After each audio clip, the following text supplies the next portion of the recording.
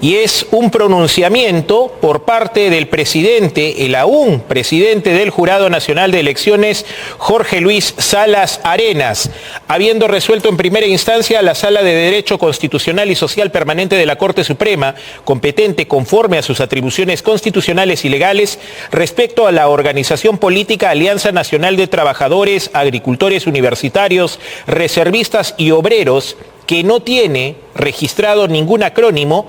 Cabe señalar que las competencias jurídicamente establecidas están siendo cumplidas. Tras la actuación probatoria correspondiente, se ha emitido una decisión que aún no es firme y probablemente será revisada, decisión que el Jurado Nacional de Elecciones ejecutará en lo que corresponda según el sentido de lo definitivamente resuelto. La inhabilitación de las organizaciones políticas no es una decisión propia del Jurado Nacional de Elecciones. En el 2015, el Congreso decidió no incluirla como atribución de este órgano electoral autónomo, por lo que se concreta a la calificación de los aspectos expresamente previstos en la ley. Según el artículo 14 de la Ley de Organizaciones Políticas, el control de ilegalidad de comportamiento político partidario debe ser respecto al desarrollo de la actividad partidaria, toda vez que el ideario ya fue valorado por la DENROP de acuerdo a sus funciones y estimado acorde con los principios democráticos. Su contenido fue declarado bajo juramento por los fundadores. La decisión de inhabilitación corre en su caso a cargo de la Corte Suprema, estimando hechos acreditados a exclusivo pedido de la Fiscalía de la Nación o la Defensoría del Pueblo. Algunos congresistas y agentes políticos, dentro de los que hay varios que seguramente se encuentran en campaña, están nuevamente distorsionando la verdad para tergiversar los hechos. Las finalidades, así como la logística con que ejecutan su planificado proyecto, están siendo evaluados objetivamente, entre otros medios, menciona al medio Epicentro. La sentencia difundida en ningún caso ha corregido alguna acción del Jurado Nacional de Elecciones. Muy por el contrario, la misma establece que debemos aclarar que mediante este proceso no se pretende la revisión de resoluciones emitidas por el Jurado Nacional de Elecciones, como erróneamente entiende el representante de la emplazada. No está de más volver a señalar que cuando se decidió la resolución de la tacha que llegó al Pleno del Jurado Nacional de Elecciones, el suscrito se encontraba con licencia vacacional. Para información más específica, ver los análisis técnicos siguientes y varias publicaciones de redes sociales en la cuenta X. Lima, 3 de noviembre del 2024, pronunciamiento del presidente del Jurado Nacional de Elecciones, Jorge Luis Salas Arenas.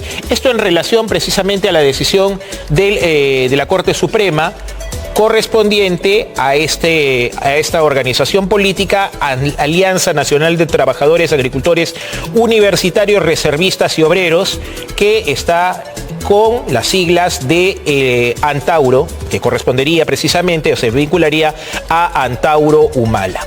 Bueno, es parte del pronunciamiento de Jorge Luis Salas Arenas. Hay que recordar de que este tema todavía se va a ver en una segunda instancia. La posición también del líder etnocacerista Antauro Humala es que van a apelar precisamente a esta decisión de la Corte Suprema. Penalista, el doctor Nagasaki, y ahora estamos con un distinguido abogado constitucionalista, el doctor Domingo García Belaúnde. ¿Qué tal? Muchas gracias por la invitación y al amigo César Nagasaki de primera, por supuesto, ¿no? Sí, claro. Bien, queríamos conversar en principio de esta decisión de la Sala Suprema Constitucional de declarar ilegal el partido cuyas siglas se leen Antauro y ordenar su disolución. Lo primero que llama la atención, yo ya conozco la respuesta porque la he consultado con otros abogados, es el hecho de que siendo una decisión de la Corte Suprema puede ser apelada. No lo creo, ¿ah? Sí. Otra sala, va a otra sala, sí. Ahora, el problema es de que la Corte Suprema por lo general es última instancia, pero determinados procesos que empiezan no abajo, sino a la mitad, pueden ir a dos salas. Por ejemplo, todos los procesos que se siguen a los ministros de Estado en los juicios políticos son en la Suprema en dos salas distintas. Ese es el caso. Sí, ese es el caso, pero se lo van a confirmar. Sí, se lo van a confirmar. Es otra sala con otra gente, pero se lo van a confirmar. ¿Por qué se lo van a confirmar? Porque en realidad, desde hace 80 años existe la norma en el Código Civil y en la ley de elecciones de que los partidos solamente pueden ser disueltos por la Corte Suprema. En caso de que atente contra el sistema, no cumplan ciertas normas. O sea, si ya lo ha hecho una sala, que es una sala pensante, yo creo que lo van a repetir. Además, realmente el partido de Antauro pues no es no es democrático, por así decirlo, ¿no? Eso se ve. No hace falta inventar nada, ¿no? Pero para emitir una sentencia de esa naturaleza, ¿tienen que basarse solo sobre los documentos oficiales del partido? Sí. ¿O también se pueden basar sobre las declaraciones del líder en la práctica? No lo sé. El líder fáctico, para utilizar. No lo sé honestamente, pero yo creo que son refuerzos, ¿ah? O sea, si bien, como dice pues el viejo refrán, lo que no está en el expediente no está en este mundo, y se ven los estatutos, indudablemente las otras partes y el fiscal han acumulado pruebas, ¿no? Sí. Recortes de periódico, entonces son pruebas. Entonces, si no las ha negado, ni hablar que... O sea, yo creo que basta los estatutos, pero también tiene que ver las declaraciones, ¿eh? Esa es mi opinión personal. Porque, digamos, las declaraciones de Antauro Humala van mucho más allá de cualquier cosa claro. Toda esta cuestión de los fusilamientos, la discreción... Nunca se ha visto un candidato así. De lo que se llaman discursos de odio que se le han atribuido están allí. Están ahí y eso en las declaraciones, en las arengas, no en la Constitución, en la conformación. En los estatutos del partido no, pero está ahí pues ese líder, es indudablemente, ¿no? Eso tiene que haber pesado porque el fiscal tiene que haber acumulado muchas pruebas, eso es evidente, ¿no? Así que eso se va, en mi opinión, se va a ratificar. Además, todo el mundo sabe que es antisistema, ¿no? No es un misterio. Y recordemos que cuando estaba en la cárcel, Antauro Humala, o sea, su hermano, el presidente, no hizo nada por él, ni siquiera le dio el indulto que se lo pedían, porque sabía que no era un elemento dentro del sistema, por así decirlo, ¿no? Sí, bueno, y también porque el costo político de hacerlo hubiera sido muy alto, así es. Pero yo sé de muy buena fuente que él no quiso que le den indulto, ni tampoco otras cosas que no puedo decir por secreto profesional, ¿no? O sea, no fue su aliado. Y yo tengo entendido que Antauro lo odia cordialmente a su hermano, ¿no? Bueno, si lo pone en la lista de los fusilados en la eventualidad de que llegue al poder, ¿no? Sí, así es. Cosa que sería, por lo demás, además, completamente ilegal, porque los fusilamientos no los decide el presidente de la República. Y aún más, el fusilamiento es un cumplimiento de una pena de muerte que está prohibida por la Constitución. Sí, claro, no tiene por dónde. Salvo que manden un sicario para que lo eliminen, ¿no? Y eso es lo que ha llamado la atención a propósito de una visita de la que nos hemos enterado algunos días después, de Antauro Humala a la presidenta, la señora Pacheco. La doctora Luz Pacheco. Del Tribunal Constitucional. Mire, yo creo que acá se ha hecho mucho ruido con pocas nueces, ¿no? Le voy a decir por qué. ¿Tormenta con un vaso de agua? No. Un huracán. ¿Por qué? Yo le pongo un caso mío, por ejemplo, que yo he visto, ¿no? Mi padre, en los años 60, hace ya algunos años, era juez supremo y él siempre me decía que llegaba a las 2 de la tarde a su despacho para recibir a los abogados. Sí. O sea, él recibía en su despacho a los abogados de 2 a 2 y media todos los días, de lunes a viernes. Sí. Y no solamente eso, sino que habían abogados en ejercicio que eran sus amigos porque eran compañeros de clase de la universidad, iban a buscarlo a la casa, yo los he visto. Entonces, esa es parte de la defensa, ir a buscar al juez brevemente, inclusive puede ir con la parte para decirle algo, mire usted, fíjese esto y se acabó. O sea, esto es una práctica de 150 años, es parte del derecho de defensa. El juez debe recibir al abogado, eso es obvio. Así que ¿Y ocurre eso también en el Tribunal Constitucional habitualmente? Sí, sólidamente. Bueno, yo no sé cuánto sea, pero yo he visitado varias veces magistrados, ¿eh? Sí. Y no siempre me dan la razón, ¿eh? Porque ¿qué es lo que busca uno con la defensa como abogado? Decirle, señor, este es el caso que yo defiendo y que creo que véalo por favor. Lo que él decía es otro problema. Ah, bueno, claro. ¿No? Pero yo no veo mal eso, se ha armado un escándalo de algo normal. Él le pidió una cita y no se le puede negar una cita. No se le puede negar. No se le puede negar, es una cortesía. Digamos, no tiene que ver directamente con aquello que está decidiendo la Corte Suprema, porque eso lo Nada está que ver, decidiendo son la dos Corte cosas Suprema. distintas. Es Son un dos- asunto que tiene que No, ver con lo así es. sucedido en Andahuaylas. Esa es otra cosa. Así es. Son dos cosas distintas. Bueno, una cosa está asociada, digamos, de carambola con la otra. Sí, ¿no? pero el Tribunal Constitucional solo puede resolver lo que es materia del expediente. Y el expediente de la Suprema no está en el TC. Así de simple. ¿Puede llegar al TC? Sí, podría llegar. O sea, una vez que se resuelva lo de la Que sentencia. sea firme en el Poder en el Judicial. no, firme, claro, en la Corte Suprema lo que podría hacer Antauro, en principio, es iniciar un amparo para revertir ese fallo judicial alegando que se han vulnerado derechos fundamentales como el derecho a la participación y sigue y llega al tribunal. En ese momento, de aquí a un año, por ejemplo, ¿no? Pero, digamos, argumentando problemas en el procedimiento. Así es. No en la naturaleza de la decisión. No, porque podría argumentar de que la Corte Suprema ha interpretado mal una norma constitucional. Ajá. Y de repente el tribunal tiene otra interpretación. Sí. Entonces eso va a apelar a eso. O sea, yo estoy seguro que Antauro Humala va a hacer lo imposible por vencer esto legalmente hablando, porque no le queda otra. ¿no? Bueno, y como se ha recordado, esto lo dejaría fuera de carrera presidencial, De arranque. porque tiene que estar inscrito en un partido para Así- poder postular. así es, así un partido a su vez es, inscrito para así es, poder así postular es. a la presidencia. Así es. Y si el partido es disuelto, pues no hay inscripción Se posible. acabó. Pero podría ser invitado por otro partido dentro de su cupo para las listas congresales. Podría ser, pero no lo garantizo porque esa... No, eso no lo sabe No, nadie, no lo solamente sé, en el es universo, difícil decirlo. en el universo de lo posible. Sí, pero él no creo que que acepte ser invitado a un partido cuando el suyo ha sido disuelto. ¿Ah? Yo creo que más bien lo que va a intentar... No, va a intentar, de acuerdo, pero Sí. digamos, cerrado ese camino podría ir por Sí, otro, pero ¿no? es complicado, ¿no? De repente lo vuelven a tachar en el mismo jurado. Ah, bueno, sigue intentando Sí.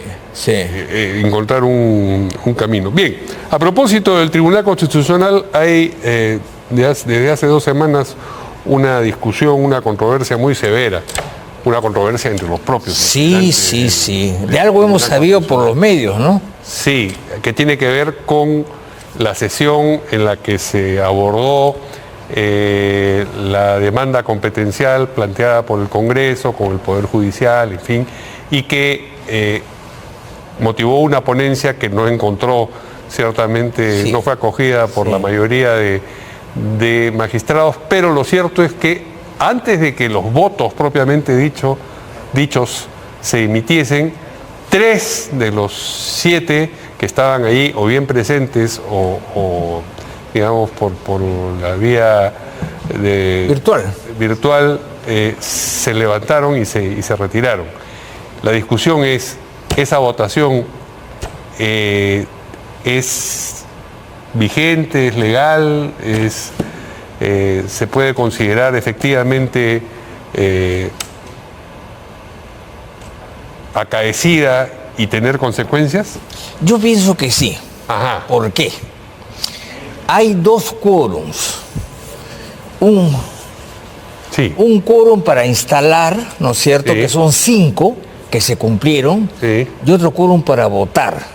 Sí. Hasta ahora, como no se ha publicado la nueva ley que reduce el número de votos, hasta ahora se necesitaban 5 votos para hacer sentencia en el problema competencial.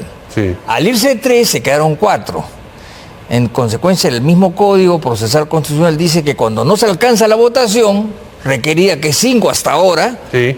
la demanda se declara improcedente. No es que se la tiene que dar a otro No, ponente. ya no. Ya no, porque eso también es otro de No, los ya argumentos. no, porque se fueron, pues. Se fueron.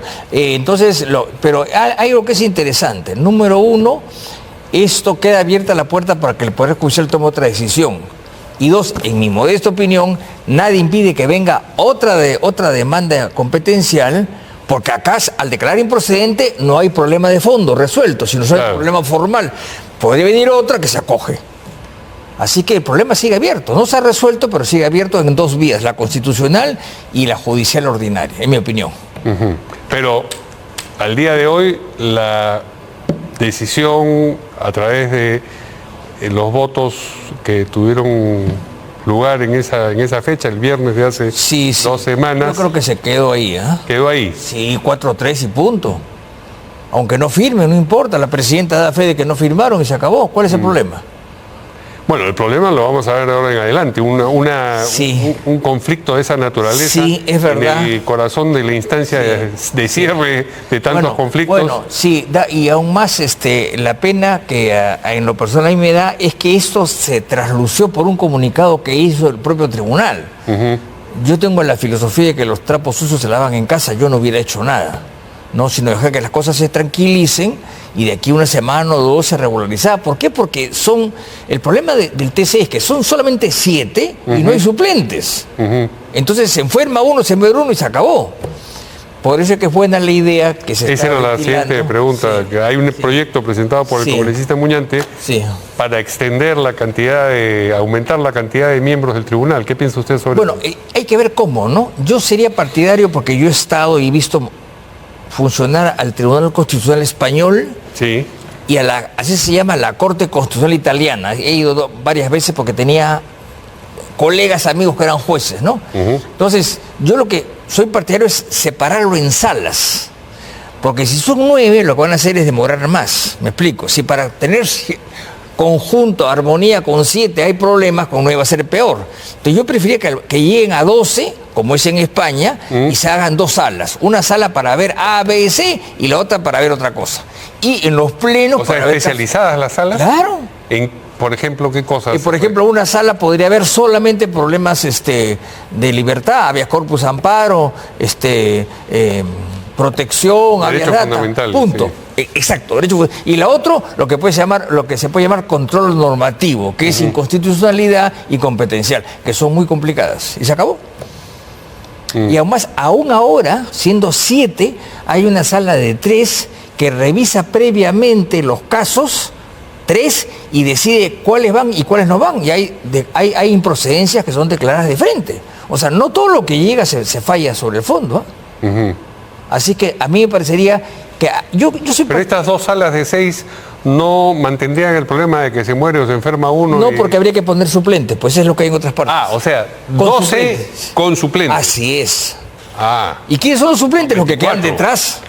Eso en todas partes del mundo. No sé por qué. El problema es que acá hubo un buen modelo, entre comillas, el año 79, que eran 9, aunque tenían una elección distinta. Sí. Y no sé por qué lo redujeron a 7, no entiendo por qué. Porque la carga procesal ha aumentado. O sea, se supone que en el Perú, en las cortes, hay más o menos 800.000 casos de habeas corpus, amparo, etc. Pero de esos llegan al tribunal el año 10.000. Pero como son complejos, se demoran y se atrasan y viene la carga procesal. ¿No es cierto? Entonces, con 12, en 2 salas especializadas, se puede avanzar mucho ¿Y más. cómo cree usted que debieran ser elegidos? No, por el Congreso. Igual. Sí, igualito. Con esa cantidad de votos. Claro, esa es la tesis original que viene del año 20 de un gran jurista que se llama Kelsen, que decía que estos tribunales deben ser elegidos por el Congreso. ¿Por qué? Porque ellos van a controlar al Congreso, número 1, y 2, porque así tienen una legitimidad, que es la que le viene a ser elegido por los representantes del pueblo. Que a su vez han sido elegidos. Así es, eso me parece un buen argumento. El anterior tribunal lo elegía parte del Ejecutivo, parte del Legislativo y parte del Poder Judicial. No estaba mal, pero más solidez es, en mi opinión, elegido por el Congreso. ¿Y se conducían de acuerdo a quién los había elegido antes? No. Era como en la policía, los ex-PIP, los ex-guardias republicanos. Sí, no. En general no. ¿La Guardia Civil? No. No, en general no. Había en el periodo pasado un magistrado cuyo nombre me reservo, Sí. que había sido nombrado por la Corte Suprema y rendía cuentas. Pero no es lo frecuente, ¿ah? No es lo frecuente. No era lo frecuente. No era lo frecuente, sí. Fue un buen tribunal de la vez pasada. Lo que pasa es que se desactivó con el golpe de Fujimori del año 92. ¿No? Sí, claro. ¿No? Se desactivó. Y luego, cuando viene el debate constituyente, Fujimori no quería un tribunal constitucional. No quería. Pero al final, Carlos Torres lo aceptó porque ese era un reclamo que había de la opinión pública. No, y hubo un problema con, creo que se llama Tribunal de Garantías Constitucionales. Se llamaba antes Tribunal de Garantías Constitucionales. Y le Cuando observan la reelección. Sí, ahí hubo un problema complicado, sí. Sí. Y con el nuevo tribunal, con el nueva constitución se llamó Tribunal Constitucional, que es el nombre más adecuado, porque Tribunal de Garantías Constitucionales era el nombre que adoptó la Segunda República Española el año 31. Un nombre clasicón, ¿no? Pero que era muy largo. Entonces, con el de Tribunal Constitucional o Corte Constitucional, como es en Colombia, es pienso yo, es mucho más breve, ¿no? Bien, finalmente quisiéramos también su opinión sobre un asunto que no es directamente constitucional, pero tiene que ver con la Constitución. La firma de Fujimori, colocada, removida, o removida, colocada y vuelta a colocar, sí. En todas las constituciones han habido algunas que han sido hechas en acto de usurpación o de conflictos y nunca nadie ha retirado firmas. O sea, yo no sé cómo la retiraron la de Fujimori, porque al fin y al cabo la de Fujimori está ahí hace 30 años y nadie la ha tocado. A nosotros nos nombró una comisión Paniagua para que revisásemos la constitución de esa y nadie se le ocurrió quitar la firma. Eso fue una cosa que le nació un X en el Congreso, hay que quitar la firma porque deshonra. Disculpe, el texto está ahí. Y en las ediciones oficiales, ¿qué cosa dice una nota? Nota, por ley tal, se omite la firma del presidente entonces, Alberto Fujimori. O sea, no estaba, pero estaba. Es ridículo. Entonces, yo creo que la historia es la historia, ¿no? No podemos borrar la historia porque si no nos parecemos a Stalin, ¿no? Así que Fujimori la firmó, perfecto pues, hay que ponerla. Además, ha habido tantas constituciones en el Perú. Uno y dos. Que han sido producidas durante un periodo en el que no imperaba precisamente el por Estado ejemplo, de Derecho, ¿no? La Constitución del 20 fue firmada por Leguía cayó el 30 y la nueva Constitución llegó el 33. A nadie se le ocurrió quitar la firma de Leguía. Y son hechos, pues están ahí, mala suerte. Claro. Y más aún, nadie pensó que esta carta iba a durar tanto. Tiene ya 31 años. Es una de las más longevas, si no la más. La más longeva es la de 1860. Le sigue la de 1933 y esta va en tercer lugar. Que es bastante en un país tan agitado como el nuestro, ¿no? Sí, así es. Ya lo creo, 32 años, ¿sí? Es del 93, 31 años para 32. Muy bien, muchas gracias. Encantado.